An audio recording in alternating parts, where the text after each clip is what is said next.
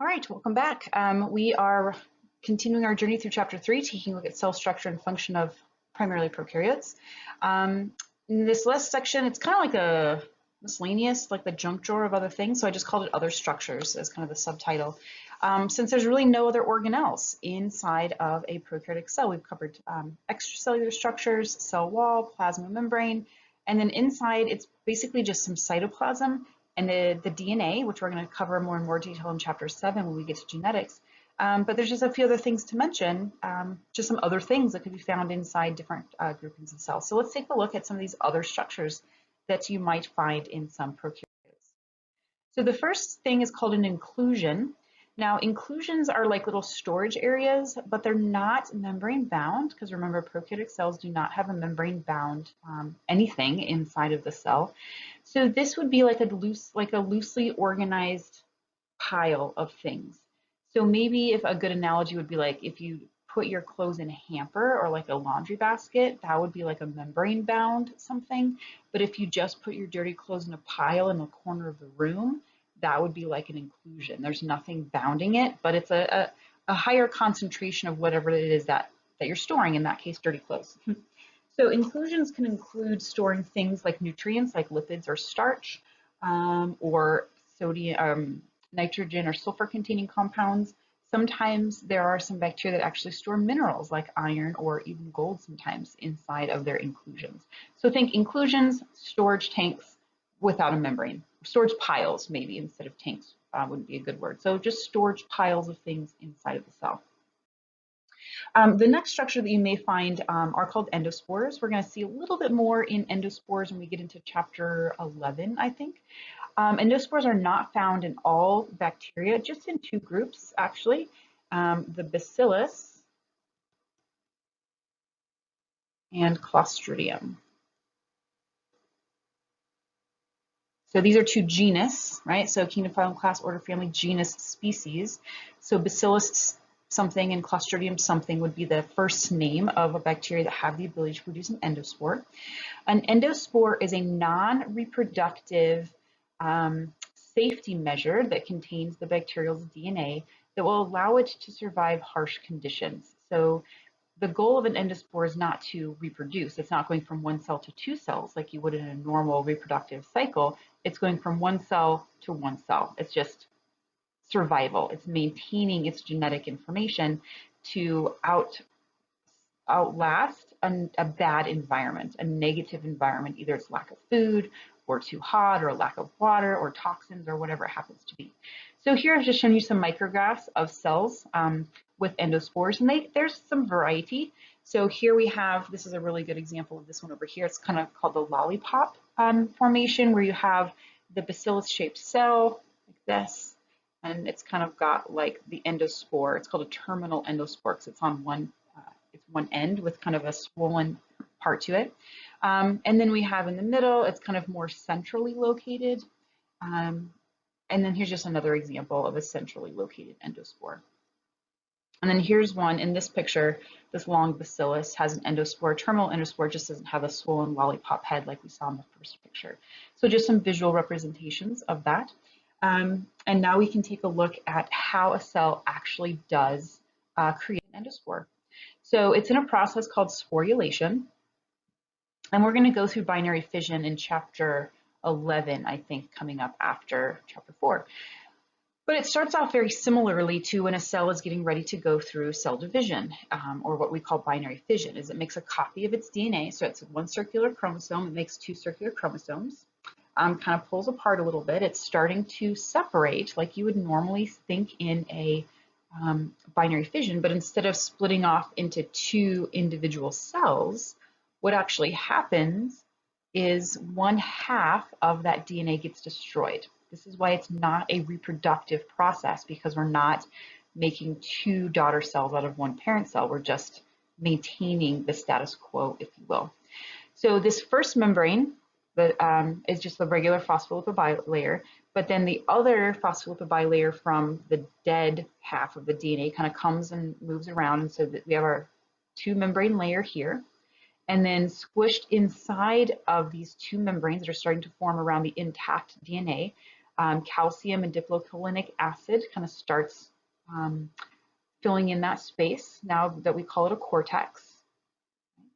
And then we get an outer layer called a spore coat, and then another layer called the outer spore coat. And then the rest of the cell eventually dies away because there's nothing for it to do. And then all we're left with is this endospore. So in essence, it's a copy of the DNA with multiple layers of protection, an inner membrane, an outer membrane, a cortex, a spore coat, and an outer spore coat. So like 4 to 5 layers of things protecting that DNA. And a cell will do this in response to a negative, harsh environment. And what's cool about these endospores, cool kind of may not be the good word for it, cool scientifically, is they resist most forms of cleaning and disinfection, things that would normally kill bacteria. So certain chemicals, normal autoclaving, which is heat and high pressure, UV light for a lot of these organisms. So usually just incineration, which is burning, is really the only way to get rid of endospores. So they're very resistant to normal methods of disinfection. The other key feature as to why these are important is because the organisms that can produce endospores, like the bacillus and the clostridium, are pretty nasty organisms. Some of them, not all of them, some of them. So like anthrax, we talked about anthrax with Robert Koch and the germ theory of disease. The full name for the anthrax bacteria is Bacillus anthracis. So there's that genus, Bacillus. So these organisms can produce endospores that can then persist in the environment. And once they get into a good, healthy environment, like say a lung or a bloodstream, they can kind of hatch or germinate. I don't know what the right word is, germinate back into a normal functioning cell that can then release toxins. You might also be familiar with the diseases tetanus and botulism, some of the most toxic chemicals. The botulism toxin is the most deadly toxin known to mankind. They are caused by Clostridium tetani and Clostridium botulinum. So these are of the genus Clostridium, which means they have the ability to produce these endospores, which is why sometimes you get botulism poisoning, food poisoning, because the endospore can withstand the canning process, which would normally kill other bacteria. And so then they're hanging out. They produce a toxin and then you eat the food and then you have botulism poisoning, food poisoning. All right, so those are endospores. Not all organisms can produce them, only bacteria in the genus Bacillus and Clostridium, but there's enough scary organisms in those two genus to make sure we are careful in being able to get rid of these guys. So here's just a couple more micrographs. An electron micrograph showing, I kind of really like this because it's within the cell. It hasn't broken out of its parent cell yet, but you can see the spore coats and the cortex and the membranes and stuff. Kind of cool picture. And then the green and red picture down the bottom, if you were to do an endospore stain, which we are not going to do this summer with our kits, but you can see the pink, what's called the vegetative cell, which is the parent cell that creates the endospore, and the green endospore inside is what you can do. We culture, basically, when we do this in a normal lab, we grow Bacillus subtilis, which is a non-lethal Bacillus species, and we let it sit in its culture tube for like a week. And that allows the harsh conditions to arrive. The nutrient levels are getting low, the waste products are getting high, and then we have the students stain this bacteria with this proper endospore stain, and it allows us to see these little green endospores. It's pretty cool. All right, so some bacteria have endospores, most do not. All right, so our next structure we're going to take a look at are ribosomes. You should be familiar with ribosomes from your general bio when we talked about those with eukaryotic cells. Prokaryotic cells have them as well, because all living things need to have ribosomes, because this is the way the cell makes its protein, right? So if you remember, ribosomes played a role in translation, where they read the mRNA that was the transcript from the DNA, and as they read the mRNA, they manufactured proteins. So even bacteria have to have these, but they're not membrane bound, so they don't fall into that rule of prokaryotic cells not having membrane bound organelles. Ribosomes are a combination of protein and ribosomal RNA. So in this picture here, let me get my pen. In this picture here, you can kind of see the little twisty helices. It kind of like there's a little bit of it right here, and there's a little bit of the gray right here. This is the rRNA, which is the component of the ribosome. And then all of these guys, like the pink blobs this big purple blob and this dark blue blobs, those are going to be the protein parts. So a ribosome is a combination of both rRNA and proteins. It has two parts. It's got the large subunit and the small subunit, and they separate. And when the mRNA, so here's your mRNA, comes in fresh from transcription, it kind of sandwiches on top of that and allows the RNA to move through. Remember, every 3 bases, the codons code for an amino acid. The tRNAs come in and drop off the right amino acid, and then you get usually coming off, right, you get your little protein that's coming off of that instructions from the mRNA. Now, with our ribosomes, we talked about at the beginning that eukaryotic cells have 80S ribosomes and prokaryotic cells have 70S ribosomes.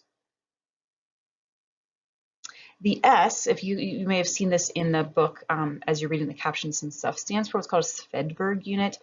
It is a unit that measures the sedimentation rate. How fast, if you're to put a pile of ribosomes in this test tube, how fast is it going to settle to the bottom, the sedimentary rate? Now, when we are taking a look at the two subunits, in bacteria, the subunits are a 50S and a 30S. And you're like, well, wait a minute, that adds up to 80. And you just said this was a bacterial ribosome. Yes, I did. It is not that these two add up to equal the total. It's when they're separate, the small subunit settles at a 30 rate, the large subunit settles at a 50 rate, but when you hook them together, the whole ribosome settles at a 70S rate. So it's different. In actual eukaryotic cells, they have, I think 60S and 40S are the sedimentation rates for the large and small subunits for eukaryotic ribosomes. So again, that's not going to add up to 80S, but it's not the point. It's that each one kind of has their own sedimentation rate, but collectively together, prokaryotic cells have the 70S Svedberg units. Okay, this picture over here, this one right here, is showing a really cool feature of bacterial or prokaryotic ribosomes, and that this line, you can kind of see this line here, this is DNA that is actively being transcribed into RNA. So the little green lines are going to be the mRNA. And what is it that's kind of these little bead-like things hanging off of the mRNA? Each one of those little black circles is a ribosome. So what you're witnessing here is the process of transcription, which is going to be happening at these points, making the little green that I've colored green. So transcription is taking place on the DNA there, and then translation is happening where the ribosomes are located kind of off this growing transcription. So this is unique to prokaryotic cells. Eukaryotic cells cannot do transcription and translation simultaneously because transcription happens in the nucleus, translation happens in the cytoplasm. Bacteria, because there is no nuclear envelope separating the DNA from where the ribosomes are located, bacteria are very efficient at their process of gene expression. So they can be actively making an RNA transcript, and before the RNA transcript is even done, the ribosomes can be landing on it and translating that into protein before the RNA transcript is even done being transcribed off of the gene, of the DNA. It's pretty amazing. So those are the ribosomes inside bacteria, the 70S ribosomes. The last thing just to mention real quick is a cytoskeleton. So cells have cytoskeletons. I like this picture. It shows some bacillus bacteria. Bacillus just means rod-shaped bacteria. But the proteins, like the microtubules, microfilaments, intermediate filaments, they're almost in a spiral pattern, kind of almost like a helix that's giving shape to the cell. And then all of the components inside the cytoplasm and the DNA and the ribosomes and inclusions, if they have them, are going to be filling in that space created by this three-dimensional framework of the cytoskeleton. Okay, so that it wraps up our other category of what was remaining for structure. I have one more video. We're going to talk about the endosomatic theory and then that comparison between bacteria and archaea characteristics. All right, I'll see you for our wrap up of chapter 3. Bye.